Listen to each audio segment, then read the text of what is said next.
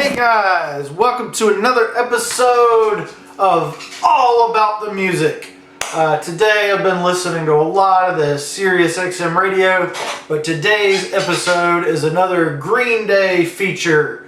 I absolutely love these YouTube videos where people are ranking and reviewing their albums. So today, with the help of my special Green Day PowerPoint that I made, gosh, I used to make these all the time in high school. I still kind of update it periodically, but yeah, this is my album ranking of Green Day. This is just the studio albums and not any of their other albums. You guys want to say hello to Buddy? Buddy, say hello to YouTube. You're gonna be famous. Okay, so this is ranking the 13 studio albums by the famous California pop punk rock band Green Day. You've probably heard of them. You guys ready? Okay. Let me just start off by saying I love all these albums. So my rankings could change from day to day. They do change, but I tried to get a realistic ranking of them. So this is my best attempt at ranking them. Let's just jump right in. Kerplunk is coming in at number 13. It's a fantastic album. Okay, this is their second independent release. Some great songs on here, but just overall, not something I come back to a lot as far as Green Day. And I love Green Day. They're my absolute favorite band of all time, and this is a good album. I just I don't come back to it a lot. You know, it's let me see. Yeah, first album with Tré Cool. Very, you know, it was groundbreaking in '92, you know, but they were definitely destined to do better things, okay? And here, my number 12 choice for Green Day album. 1039, Smoothed Out Slappy Hour, technically a compilation, but this is Green Day's debut album for all intents and purposes. For their pre-Dookie days, this is fantastic. I know most people would put Kerplunk ahead of this, but I actually prefer this one. Wow, what a debut album. Now this one is their only album without Tré Cool. This is with their original drummer, original lineup, and it's a really solid album. This is a cool digipack version. Pretty darn cool. A lot of enjoyable songs on there. A lot of really great material. Coming in at number 3, not number 3. This is number 11. I'm going backwards. Okay, so Kerplunk was my least favorite, and we're working our way up to number 1. What will it be? I'll tell you what number 11 is. Insomniac. Now, this album, you know, is great. This album is solid.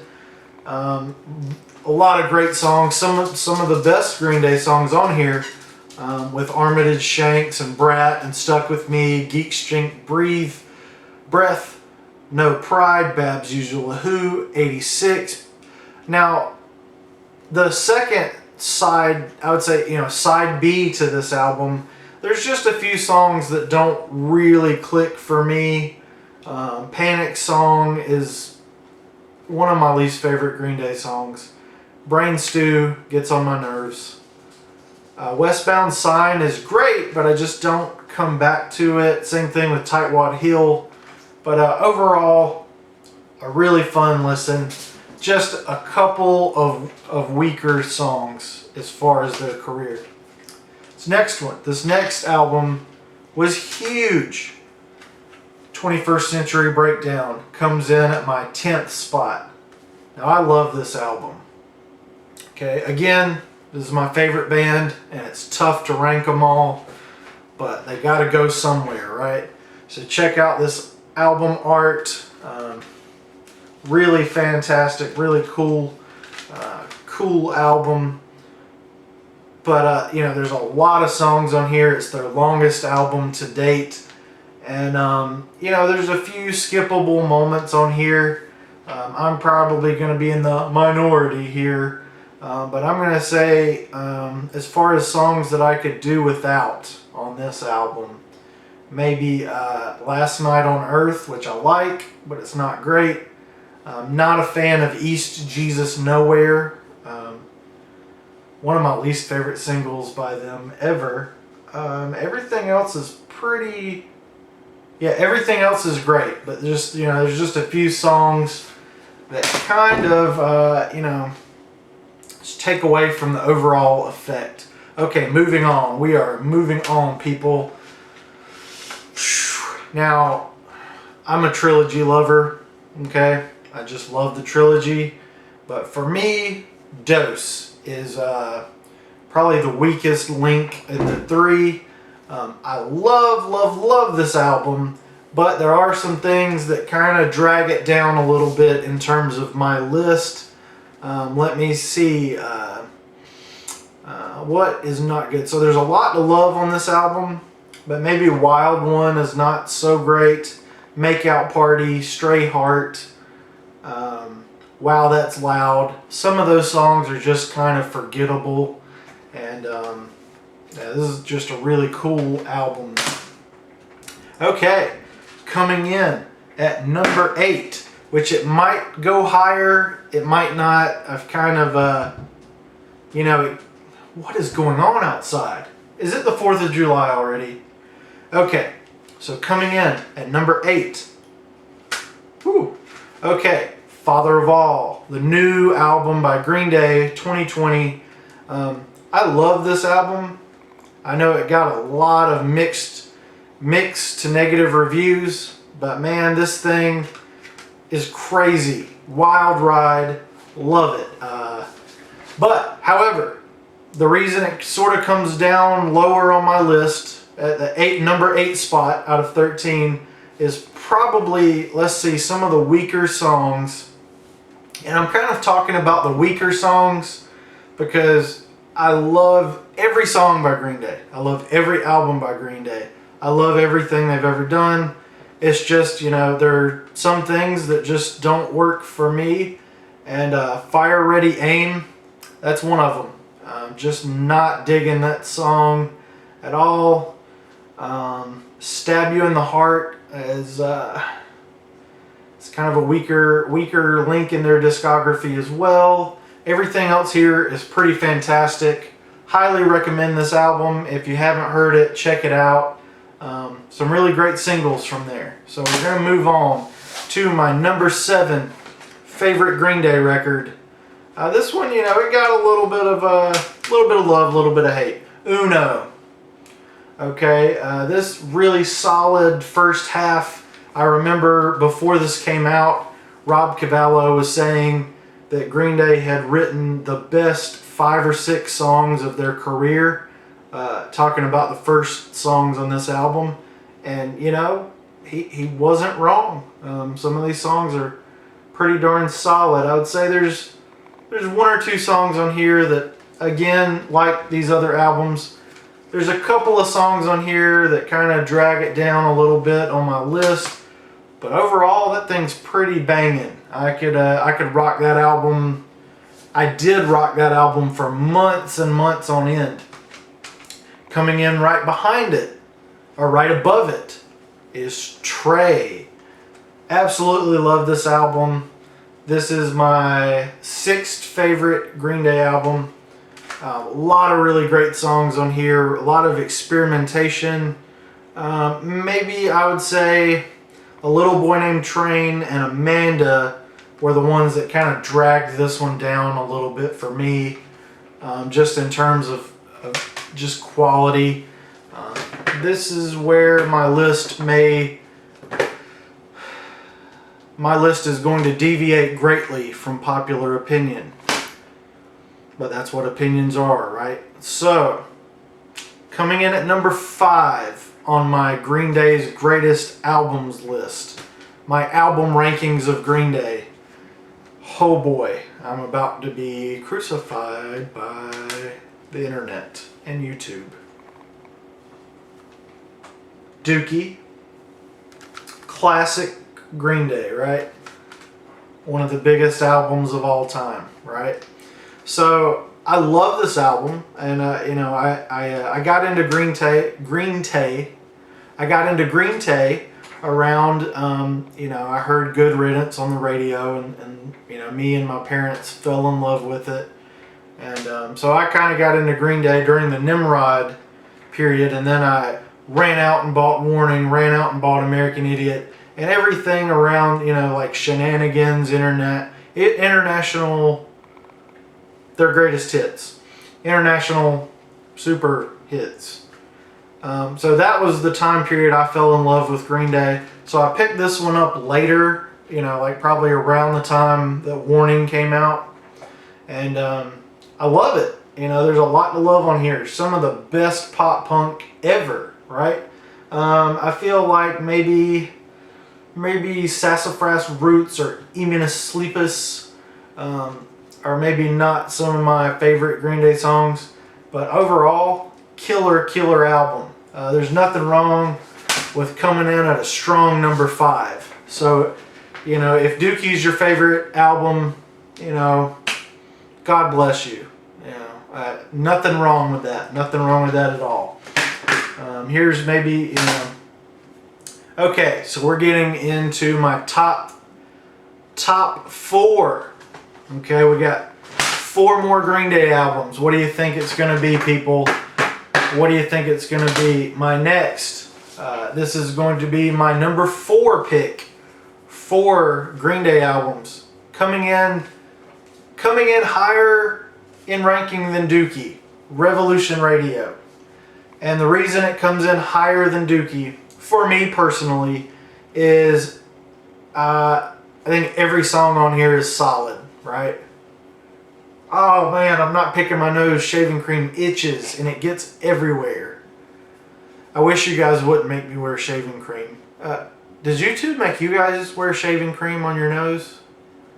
Okay, so Somewhere Now, Bang Bang, Revolution Radio, Say Goodbye, Outlaws, Too Dumb to Die, one of my favorite Green Day songs of all time, Still Breathing, one of my favorite singles by them, Troubled Times, Took a While to Grow on Me, Forever Now, one of my favorite songs of all time, Ordinary World, one of my favorite songs of all time.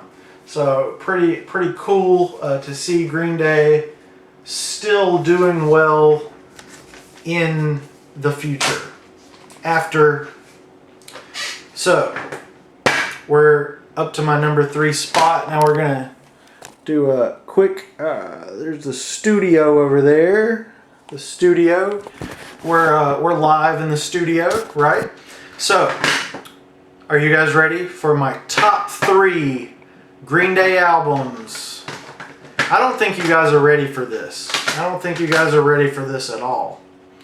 My number 2 and 3 are virtually tied.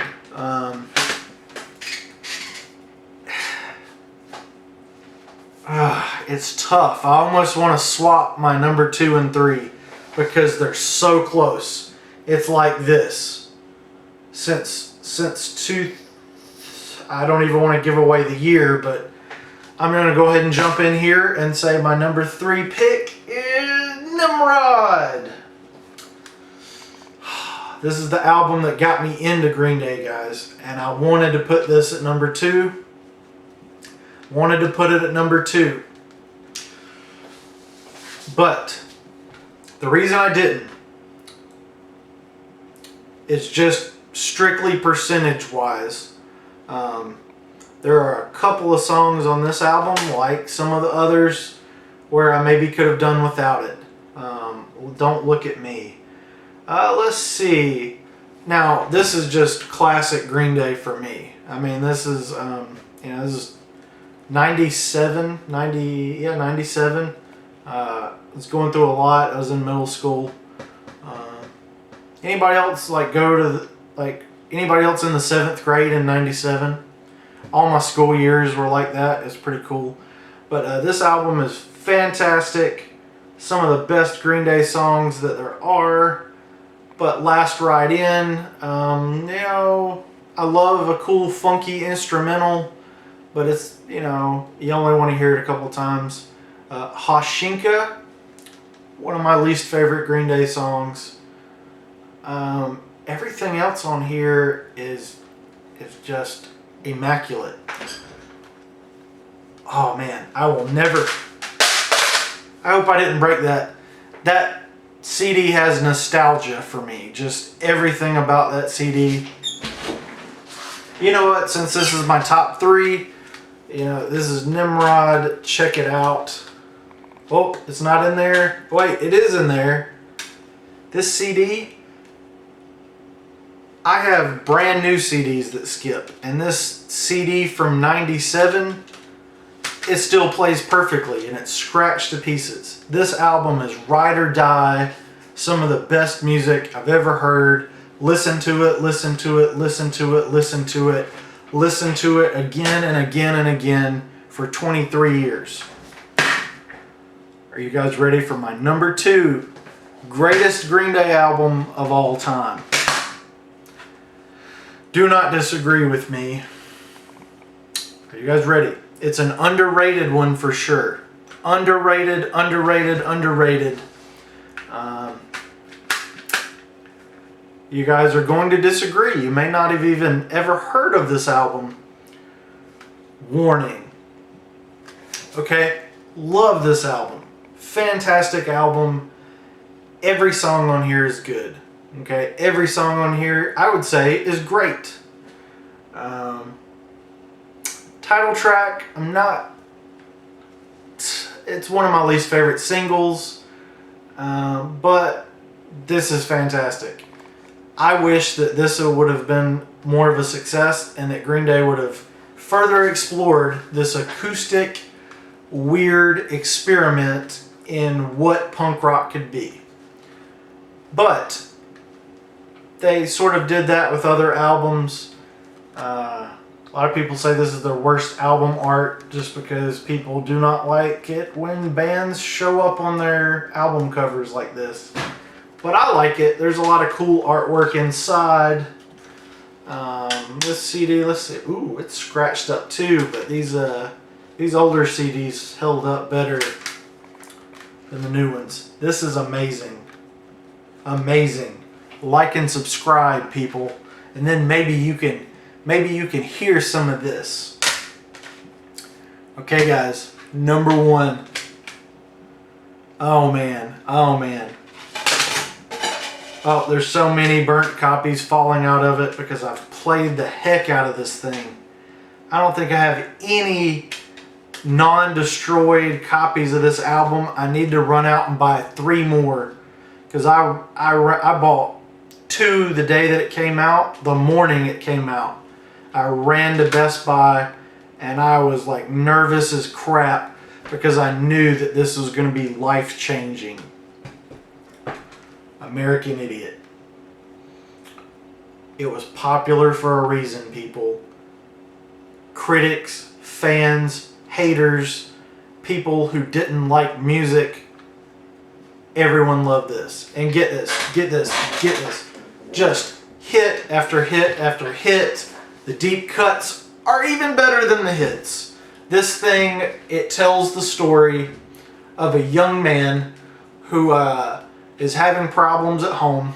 Now, it's not political, okay? It's not political. Everybody thinks it was this big political thing. There were some political elements to it, but when you boil it down, it was a boy meets girl, girl dumps boy story, okay? Boy is brokenhearted, boy struggles to live and learn without this amazing woman in his life. Okay, so yeah, just the absolute greatest music of all time. In American Idiot, he's just sort of disenfranchised with what he sees on television. And we'll just run through a real quick description just because this is just amazing.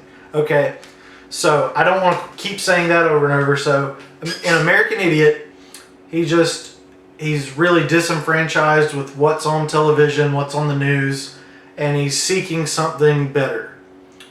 He's frustrated with Leonard Skinner, and he's just aggravated with the world. He's angry and young. Darn it. He's struggling with alcohol and cigarettes and cocaine and marijuana in Jesus of Suburbia. And he's seeing that nobody cares. Nobody cares. Okay? And then he suddenly does not care because he's so freaking numb. He doesn't care. So he tries to reach out to people, but again, everyone's just so numb and disingenuous, and he decides to leave home. And that's sort of the popular single Holiday. The main character decides to leave home, and he ends up in a protest. And sort of what a lot of people don't realize is that song has a little bit of a jab at John Kerry, where the protester went to the other side to find, or the protester crossed a line to find that the money's on the other side. That was a little bit of a jab at John Kerry, who Green Day were actually supporting at the time. But it was a little bit of a poke at him. That was a lesser known fact. Boulevard of Broken Dreams. He's lonely. He's left home and he's lonely. That's what that song's about. It's just being lonely. Are We the Waiting is sort of a continuation of Boulevard of Broken Dreams, in that he's out there on the street, he's alone, and he's just wanting somebody. He's just wanting something to happen in his life. He needs something so bad, and he doesn't know what it is, and he doesn't know who's right and who's wrong. He just knows that good guys wear black and good guys don't wear white. And sometimes things are not so black and white or red or grenade colored. So enter St. Jimmy. St. Jimmy is sort of his alter ego, and he's starting to kind of lose his mind a little bit because he's so broken inside. Give me Novocaine. He's sort of slipping into a drug-addled lifestyle. But then, in She's a Rebel, track 8, we get the happy moment of American Idiot. The only glimmer of light in the entire story is when he meets this girl, and she's amazing. Now, the song is technically about the Statue of Liberty, so I don't know if the main character actually is having a relationship with the Statue of Liberty. That's probably why it didn't work out. But in Extraordinary Girl, it's the same thing, but things are going bad almost immediately after going so well. He was happy, he met her, and then they're both miserable together. We've all been there, right? And in Letter Bomb, she tells him she's leaving. She's fed up with his bull crap about being a punk rocker, but he's not really doing anything positive for the world. So she leaves him. And Letter Bomb actually has the big surprise of the album. I won't really get into that here, but something we've kind of touched on already. Homecoming is another 10-minute song like Jesus of Suburbia, where St. Jimmy sort of goes away, and Jimmy sort of gets into a routine. He hears from some friends and other folk, and he gets some postcards, and then I think he there's a little bit of debate about what happens here, but he basically comes back home again after this massive journey that he's been on. You don't know, maybe 20 years have went by and he's coming home, back to his hometown. And I'm getting teary-eyed just talking about this album. It's just heart-wrenching. And in track 13, what's her name?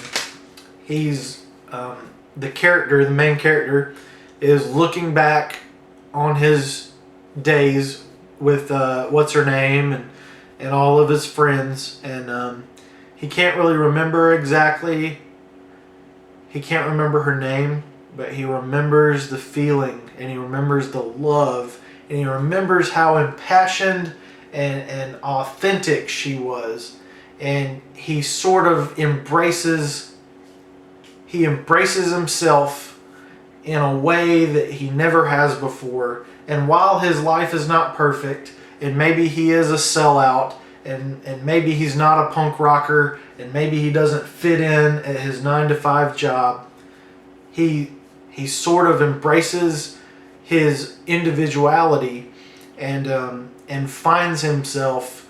And it's sort of just classic Green Day, where you end up with this feeling of, wow, I am completely wrecked. I'm a complete disaster. But you know what? I'm gonna smile through it, and this is kind of the way that life is supposed to be. And for me, that's what I got out of American Idiot. Is, wow, I'm disenfranchised. The crap on TV is crap. Brilliant words here, right? I've had problems with drugs and alcohol. I've had problems with the government. I've had problems with relationships. I've been lonely. I've been unsure where I fit in. I've struggled. I've been angry. I've been mean. I've been self-harming. I've lost people. I've gotten letter bombs. And September never ends. And I'm struggling through all these things in life. But we're here, and this is all we can do with it, right? This is what we have. And thanks, guys. That was my ranking the Green Day albums. You guys have a good night.